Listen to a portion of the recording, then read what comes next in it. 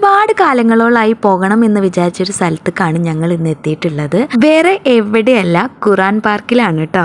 ഇന്നത്തെ വ്ളോഗിൽ നമ്മളുടെ കൂടെ ഒരാളില്ല കേട്ടോ. അത് നമ്മുടെ ജിജു ആണ്. ജിജു കളിക്കാനായിട്ട് ഇന്ന് പുറത്തു പോയിരിക്കുകയാണ്. പാർക്കിന്റെ എൻട്രൻസിലായിട്ട് ഹദീഖത്തുൽ ഖുറാനിയ എന്ന് എഴുതി വെച്ചിട്ടുണ്ട്. ഫസ്റ്റ് ഗേറ്റ് കടന്നു വന്നാൽ നമുക്ക് റണ്ണിങ് ട്രാക്ക് കാണാൻ സാധിക്കുന്നുണ്ട് കേട്ടോ. പിന്നെ സെക്കൻഡ് ട്രാക്ക് കടക്കുമ്പോഴാണ് അവരുടെ മാപ്പ്, ഈ പാർക്കിൽ എന്തൊക്കെ ഉണ്ടെന്നുള്ളതിൻ്റെ ഒരു വിശദമായിട്ടുള്ള മാപ്പ് തന്നെ അവർ കൊടുത്തിട്ടുണ്ട്. ഞങ്ങൾ ഫസ്റ്റ് കാണാൻ പോയത് സോളാറിൻ്റെ ട്രീ കാണാൻ വേണ്ടിയിട്ടായിരുന്നു കേട്ടോ. അപ്പോൾ ഞങ്ങൾക്ക് ആദ്യം കണ്ടപ്പോൾ മനസ്സിലായിട്ടുണ്ടായിരുന്നില്ല അത് ഒറിജിനൽ ട്രീ ആണെന്ന് വിചാരിച്ചത്. ഇതാണ് നമ്മളുടെ സോളാർ ട്രീ. സോളാർ മരങ്ങളെല്ലാം കണ്ട് ആസ്വദിച്ച് വരുമ്പോഴാണ് ഈത്തപ്പഴമൊക്കെ പഴുത്ത് നിൽക്കുന്നതായിട്ട് കണ്ടത് കേട്ടോ. നല്ല രസമുണ്ട്. നമുക്ക് പൊട്ടിക്കാനൊക്കെ തോന്നും, പക്ഷെ ഇവിടെ പൊട്ടിക്കാൻ പാടില്ല, അത് അലൗഡ് അല്ല. അതുകൊണ്ട് തന്നെ നമുക്ക് ഭംഗി ആസ്വദിച്ച് നടക്കാനേ പറ്റത്തുള്ളൂ. ഞങ്ങളിപ്പോൾ നടന്ന് നീങ്ങുന്നത് ഗ്ലാസ് ഹൗസ് കാണാൻ വേണ്ടിയിട്ടാണ്. അപ്പോൾ നമുക്കിവിടെ സൺസെറ്റ് ആയി തുടങ്ങിയിട്ടോ. എന്നാലും ചൂടിന് യാതൊരു കുറവുമില്ല, നല്ല ഹ്യൂമിഡിറ്റി ഉണ്ട്. ഗ്ലാസ് ഹൗസിൽ നമ്മൾ കാണാൻ പോകുന്നത് ഖുറാനിൽ സൂറത്തുകളിൽ മെൻഷൻ ചെയ്തിട്ടുള്ള എല്ലാവിധ പ്ലാന്റ്സിനെ കുറിച്ചിട്ടാണ്. ഗ്ലാസ് ഹൗസിൻ്റെ ഉള്ളിൽ കയറാനായിട്ട് നമുക്ക് ടിക്കറ്റ് എടുക്കേണ്ടതായിട്ടുണ്ട്. അത് കഴിഞ്ഞ് നമുക്കൊരു ഒബ്സർവേഷൻ്റെ പ്ലേസ് കാണാം. അവിടെ ചെന്നാൽ അദ്ദേഹം അവിടുത്തെ പ്ലാന്റ്സിനെ പറ്റിയിട്ടെല്ലാം നമുക്ക് ഡിസ്ക്രൈബ് ചെയ്ത് തരും. പിന്നെ എനിക്ക് അവിടെ ഇൻട്രസ്റ്റിംഗ് ആയിട്ട് തോന്നിയത് ആ പ്ലാന്റ്സ് ലിസ്റ്റിൽ നിന്ന് നമുക്ക് ഇഷ്ടപ്പെട്ട ഒരു പ്ലാന്റിൻ്റെ പേര് പറഞ്ഞു കൊടുത്താൽ നമ്മുടെ സ്വഭാവം എങ്ങനത്തെയാണെന്നുള്ളത് അവർ പറഞ്ഞു തരും. ഞങ്ങളെല്ലാവരും ഡിഫറെൻറ്റ് പ്ലാന്റ്സ് ആണ് പറഞ്ഞു കൊടുത്തത്. ഞങ്ങളുടെ സ്വഭാവം കറക്റ്റായിട്ട് തന്നെയാണ് കേട്ടോ അവർ ഡിസ്ക്രൈബ് ചെയ്ത് തന്നത്. അതെനിക്ക് ഭയങ്കര ഇൻട്രസ്റ്റിംഗ് ആയിട്ട് തോന്നി. നിങ്ങൾ പോകുന്നുണ്ടെങ്കിൽ ഈ ഒരു കാര്യം മിസ് ചെയ്യേണ്ട. പിന്നെ ഇവിടെ 2 പ്ലാസ്റ്റിക്കിൻ്റെ ട്രീസ് ആണ് കൊടുത്തിട്ടുള്ളത്. നമ്മുടെ ബ്രിഡ്ജിൻ്റെ ഫസ്റ്റിൽ കണ്ട ആ ട്രീയും പിന്നെ ബ്രിഡ്ജിൻ്റെ സൈഡിലായിട്ടുള്ള ഒരു ട്രീയും, അത് രണ്ടുമാണ് പ്ലാസ്റ്റിക് ആയി കൊടുത്തിട്ടുള്ളത്. ബാക്കി എല്ലാം ഒറിജിനൽ ട്രീ പ്ലാന്റ്സ് ആണ്. അപ്പം നമുക്ക് പ്ലാന്റ്സ് കാണാൻ പോയാലോ? അപ്പോൾ ഗ്ലാസ് ഹൗസിൻ്റെ ഒരു ഇൻറ്റീരിയൽ വർക്ക് ഇങ്ങനെയാണ് കൊടുത്തിട്ടുള്ളത്. ഈ കാണുന്നത് പ്ലാസ്റ്റിക്കിൻ്റെ ട്രീ ആണ് കേട്ടോ. പിന്നെ ഇതൊരു ബ്രിഡ്ജ് കൊടുത്തിട്ടുണ്ട്. ഇതിൻ്റെ മുകളിൽ നിന്ന് നമുക്ക് എല്ലാ വ്യൂസും കാണാം. പിന്നെ ഇതിൻ്റെ താഴെയാണ് എല്ലാ പ്ലാന്റ്സും അവർ വെച്ച് പിടിപ്പിച്ചിട്ടുള്ളത്. അപ്പോൾ ഞങ്ങൾ ഇവിടുന്ന് കുറച്ച് ഫോട്ടോഷൂട്ടൊക്കെ നടത്തി. നല്ല രസമാണ് കേട്ടോ ഇവിടെ. പിന്നെ ഇവിടെ AC ഉള്ള കാരണം നമുക്ക് ചൂട് അധികം ഫീൽ ചെയ്യില്ല. കുട്ടികളൊക്കെ ആയിട്ട് വരാനായിട്ട് അടിപൊളി പ്ലേസ് ആണ്. പിന്നെ ഞങ്ങൾ ഇറങ്ങിയൊക്കെ അവർ ലേറ്റ് വിട്ടപ്പോൾ കുറച്ചും കൂടെ ഗ്ലാസ് ഹൗസ് ഒന്ന് ബ്യൂട്ടിഫുൾ ആയ പോലെ തോന്നി. പിന്നെ ഈ കാണുന്നത് ഗ്രേപ്സിൻ്റെ പ്ലാന്റ് ആണ്. നടന്ന് ക്ഷീണിച്ചെങ്കിൽ നമുക്ക് ഇരിക്കാനായിട്ടൊരു പ്ലേസും അവരവിടെ ഒരുക്കിയിട്ടുണ്ട് കേട്ടോ. ഓരോ പ്ലാന്റ്സിൻ്റെ അടുത്തും ഇതുപോലെ ഒരു ബോർഡ് അവർ വെച്ചിട്ടുണ്ട്. അറബിക്കിലും ഇംഗ്ലീഷിലും അത് മെൻഷൻ ചെയ്ത് എഴുതിയിട്ടുമുണ്ട്. ഏതൊക്കെ ടെമ്പറേച്ചറിലാണ് അത് വളരുക, എങ്ങനെയൊക്കെയാണ് അതിനെ ട്രീറ്റ് ചെയ്യേണ്ടതെന്ന് ഒക്കെ എഴുതിയിട്ടുണ്ട്. പിന്നെ ഖുറാനിൽ ഏത് സൂറത്തിലാണെന്നും കൂടെ മെൻഷൻ ചെയ്ത് നല്ല വൃത്തിക്ക് തന്നെ അവർ എഴുതിയിട്ടുണ്ട് കേട്ടോ. പിന്നെ അടുത്തതായി ഞങ്ങൾ പോയത് ഫിഗ് മരത്തിൻ്റെ അടുത്തേക്കാണ്. അവിടെ കുഞ്ഞു കുഞ്ഞു ഫിഗൊക്കെ ഉണ്ടായി നിൽക്കുന്നുണ്ടായിരുന്നു കേട്ടോ. പിന്നെ അതിൻ്റെ അടുത്ത് തന്നെ ചോളം അവർ കൃഷി ചെയ്തിട്ടുണ്ട്. ചോളമൊന്നും ഉണ്ടായിട്ടൊന്നുമില്ല, പക്ഷെ അവരുടെ പ്ലാന്റ് ഇങ്ങനെ ഉണ്ടായി നിൽക്കുന്നത് കാണാൻ നല്ല ബ്യൂട്ടിഫുൾ ആയിട്ടുണ്ടായിരുന്നു കേട്ടോ. അപ്പോൾ ഞാൻ കുഞ്ഞു ഫിഗ് ഉണ്ടായി നിൽക്കുന്നത് കാണിച്ചു തരാം. ഇതാണ് നമ്മുടെ കുഞ്ഞു ഫിഗ്. പച്ചയാണ്, പഴുത്തിട്ടില്ല. ഫിഗ് ഒരുപാട് ഉണ്ടാവുമെന്ന് തോന്നുന്നു കേട്ടോ. ഒരു ബ്രാഞ്ചിൽ തന്നെ ഒരുപാട് കായകൾ ഉണ്ടായിട്ട് നിൽക്കുന്നുണ്ട്. ഇവിടെ ഫോട്ടോ എടുക്കാനൊക്കെ നല്ല രസമാണ് കേട്ടോ. ഓരോ സ്ഥലത്തും നമുക്ക് ഫോട്ടോസിന് വേണ്ടിയിട്ട് തന്നെ നല്ല രസത്തിൽ തന്നെ അവർ ഡിസൈൻ ചെയ്തിട്ടുണ്ട്. ഇപ്പോൾ ഒരു കുഞ്ഞ് പാലൊക്കെ ഇട്ടിട്ട് ഇവിടുന്ന് നമുക്ക് വീഡിയോസും ഫോട്ടോസൊക്കെ എടുക്കാൻ അടിപൊളിയായിട്ട് എടുക്കാം.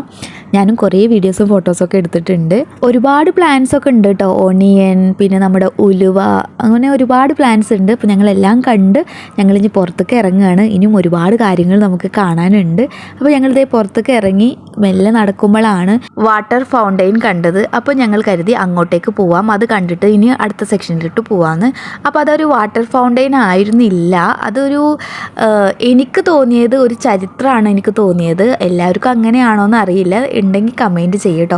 നമുക്കൊരു മൂസാ നബിയുടെ ഒരു ചരിത്രമുണ്ട്.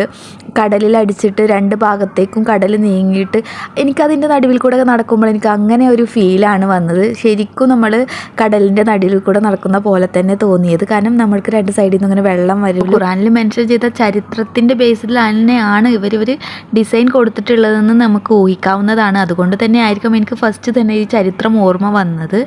മൂസാ നബിയുടെ ചരിത്രം എന്താണെന്ന് അറിയാൻ ആഗ്രഹമുള്ളവർക്ക് വേണ്ടി ഞാൻ ഒന്ന് ചെറിയ രീതിയിലൊന്ന് പറഞ്ഞു തരാം. ഫിറഔൻ്റെ രാജഭരണ കാലത്ത് പ്രവാചകൻ മൂസാ നബി അലൈഹിസ്സലാമിനോട് അള്ളാഹു തൻ്റെ അനുയായികളുമായിട്ട് ഈജിപ്തിലെ സ്ഥലം പലായനം ചെയ്യാനായിട്ട് അള്ളാഹു കൽപ്പിക്കുകയുണ്ടായി. അള്ളാഹുവിൻ്റെ കൽപ്പന പ്രകാരം മൂസാ നബി അലൈഹിസ്സലാം തൻ്റെ അനുയായികളെയും കൂട്ടിയിട്ട് ഈജിപ്തിലെ സ്ഥലം പലായനം ചെയ്യുകയായിരുന്നു. ഇതറിഞ്ഞ ഫിറഔൻ പ്രവാചകനെ പിടിച്ചു കെട്ടാനായിട്ട് ഒരു സൈന്യത്തെ ഇറക്കുകയും സൈന്യം പ്രവാചകനെ പിന്തുടരുകയും ചെയ്തു. പ്രവാചകൻ നടന്നു നീങ്ങിയെത്തിയത് ഒരു ചെങ്കടലിൻ്റെ അടുത്തായിരുന്നു. തിരിഞ്ഞു നോക്കിയപ്പോൾ ഫിറഔൻ്റെ സൈന്യം പ്രവാചകനെ പിടിച്ചു കെട്ടാനായിട്ട് പിന്തുടർന്ന് വന്നിട്ടുണ്ടായിരുന്നു. എന്ത് ചെയ്യണമെന്നറിയാതെ അള്ളാഹുവിൻ്റെ നിർദ്ദേശത്തിനായി മൂസാ നബി കാത്തിരിക്കുകയും അള്ളാഹിൻ്റെ നിർദ്ദേശം ഇങ്ങനെയായിരുന്നു, പ്രവാചകൻ്റെ വടി കൊണ്ട് കടലിലോട്ട് ആഞ്ഞടിക്കാനായിരുന്നു. പ്രവാചകൻ അള്ളാഹുവിൻ്റെ നിർദ്ദേശപ്രകാരം കടലിലോട്ട് ആഞ്ഞടിക്കുകയും ശക്തമായ കാറ്റ് വന്നിട്ട് കടൽ രണ്ടായിട്ട് സ്പ്ലിറ്റായി പോവുകയും പ്രവാചകനും അനുയായികൾക്കും നടക്കാനായിട്ടുള്ള ഒരു വഴി കടലിൻ്റെ നടുവിൽ കൂടെ ഉണ്ടായി എന്നാണ് ഖുറാനിൽ പറയുന്നത്. അപ്പോൾ അതായിരിക്കാം എനിക്ക് അങ്ങനെ ഒരു ഫീലാണ് വന്നത്, കടലിൻ്റെ നടുവിൽ കൂടെ നടക്കുന്ന പോലെ ആ ഒരു തീമാണ് അവർ വെച്ചിട്ടുള്ളതെന്നാണ്. നിങ്ങൾക്ക് എന്താ തോന്നിയെന്നുള്ളത് കമൻറ്റ് ചെയ്യട്ടോ. അടുത്തതായി ഞങ്ങൾ കാണാൻ പോകുന്നത് കേവ് ആണ്. ആർട്ടിഫിഷ്യലായിട്ട് ഉണ്ടാക്കിയതാണ്. അവിടെ അള്ളാഹുവിൻ്റെ അത്ഭുതങ്ങളൊക്കെ അവർ ആർട്ടിഫിഷ്യലായിട്ട് ഉണ്ടാക്കി വെച്ചിട്ടുണ്ട് എന്ന് പറഞ്ഞിട്ടാണ് ഞങ്ങൾ അവിടെ കാണാൻ പോയത്. ഒരുപാട് സ്ട്രഗിൾ ചെയ്തിട്ടാണ് അതിൻ്റെ ഉള്ളിൽ കയറിയത്. കാരണം മക്കളെയൊക്കെ ആയിട്ട് ഇത്രയും ചൂട് സഹിച്ച് അവിടെ ക്യൂ ആയിരുന്നു. ഇംഗ്ലീഷ്, ഉറുദു പിന്നെ അറബിക്കായിട്ട് 3 ആളായിട്ട് ഡിവൈഡ് ചെയ്തിട്ട് ഓരോ ഗ്യാങ്ങിനായിട്ടാണ് അകത്തേക്ക് കയറ്റിയിരുന്നത്. ഹോട്ട് തീരെ സഹിക്കാൻ പറ്റുന്നുണ്ടായിരുന്നില്ല. ഞങ്ങൾ തിരിച്ചു പോയാലോ വരെ ഓർത്തതാണ്. പക്ഷേ ടിക്കറ്റ് എടുത്തിട്ടുണ്ടായിരുന്നു. അത് കാരണം കൊണ്ടാണ് ഞങ്ങളവിടെ കയറിയത്. പിന്നെ അതിൻ്റെ ഉള്ളിൽ കയറിയപ്പോൾ കുറച്ച് AC ഇട്ടിട്ടുണ്ടായിരുന്നു കേട്ടോ. കേവിൻ്റെ ഉള്ളിൽ AC ഉള്ള കാരണം കൊണ്ട് അതിൻ്റെ ഉള്ളിൽ കയറിയപ്പോൾ നമുക്ക് ഹോട്ടൊന്നും ഫീൽ ചെയ്തില്ല. പക്ഷേ പുറത്ത് ഭയങ്കര ചൂടായിരുന്നു. ഇപ്പോൾ ചൂട് കാലത്ത് പോകാൻ ഉദ്ദേശിക്കുന്നുണ്ടെങ്കിൽ പോവേണ്ടെന്നാണ് എൻ്റെ ഒരു അഭിപ്രായം. വിൻ്റർ സീസണിലായിരിക്കും കുറച്ചും കൂടെ ബെറ്റർ എന്ന് എനിക്ക് തോന്നുന്നു. കാരണം അത്രയും ചൂടുണ്ട്, പറഞ്ഞറിയിക്കാൻ പറ്റാത്ത അത്രയധികം ചൂടുണ്ട്. അത്രയും ഹ്യൂമിഡിറ്റി ഉള്ള കാരണം കൊണ്ട് കുട്ടികൾ അടങ്ങിയിരിക്കാനും കുറേ ബുദ്ധിമുട്ടായിരുന്നു കേട്ടോ. പിന്നെ ഇതിൻ്റെ ഉള്ളിൽ കയറിയപ്പോൾ ഞങ്ങൾക്ക് കുറച്ച് ആശ്വാസമായിട്ട് തോന്നിയത് നമ്മുടെ ജെൻസിനൊക്കെ താഴത്തിരുന്നിട്ട് ലേഡീസും ബേബീസിനൊക്കെ അവരൊരു ചെറിയൊരു തിണ്ട് പോലെ കെട്ടിയിട്ടുണ്ട്, അവിടെ ഇരുത്തലായിരുന്നു. അത് കുറച്ചും കൂടി ഞങ്ങൾക്കൊരു കംഫർട്ടബിളായി തോന്നിട്ടോ. നമുക്ക് എവിടെയെങ്കിലുമൊക്കെ ഇരുന്നാൽ മതി എന്നുള്ളൊരു തോന്നലെ. കുറേ ക്യൂ ഒരുപാട് നേരം വെയിറ്റ് ചെയ്ത്. ഇപ്പോൾ ഞങ്ങളുടെ ഇംഗ്ലീഷ് സെക്ഷനാണ് കയറിയിട്ടുള്ളത്. അപ്പോൾ ഞങ്ങളുടെ സെക്ഷൻ കഴിയണ വരെ ഉറുദുകാർ അവിടെ വെയിറ്റ് ചെയ്തിട്ട് നിൽക്കണം. അപ്പോൾ ഞങ്ങളതിൽ ആലോചിക്കുന്നത് എപ്പോഴാണ് ഇനി അവരെ കയറ്റുക എന്നുള്ളതാണ് നമ്മൾ ശരിക്കും ആലോചിച്ച് പോയത്. കാരണം അത്രയും ചൂടുണ്ട്. ആദ്യം അറബിക് സെക്ഷനാണ് കയറിയത്, പിന്നെ ഇംഗ്ലീഷാണ് കയറിയത്. ഉറുദുവിൻ്റെ സെക്ഷൻകാർ ഇപ്പോഴും കയറിയിട്ടില്ല. അവരെ കാണുമ്പോൾ ശരിക്കും സങ്കടമുണ്ട്. ഇനി എത്ര പോലെ നേരം അവരവിടെ നിൽക്കണം എന്നുള്ളത്. കാരണം സൂര്യൻ അസ്തമിച്ചിട്ട് പോലും ഒരു കാറ്റ് പോലും ഇല്ലാത്തൊരവസ്ഥയാണ്. നമ്മളിപ്പോൾ ഇതിൻ്റെ ഉള്ളിൽ കയറിയ കാരണം കൊണ്ട് നമുക്ക് ചെറിയ രീതിയിലൊരു തണുപ്പൊക്കെ കിട്ടി തുടങ്ങിയിട്ടുണ്ട്. അത് കാരണം കൊണ്ട് തന്നെ കുട്ടികളൊക്കെ കാം ആൻഡ് ക്വയറ്റായി. അപ്പോഴാണ് അവർ വീഡിയോ പ്ലേ ചെയ്തത്.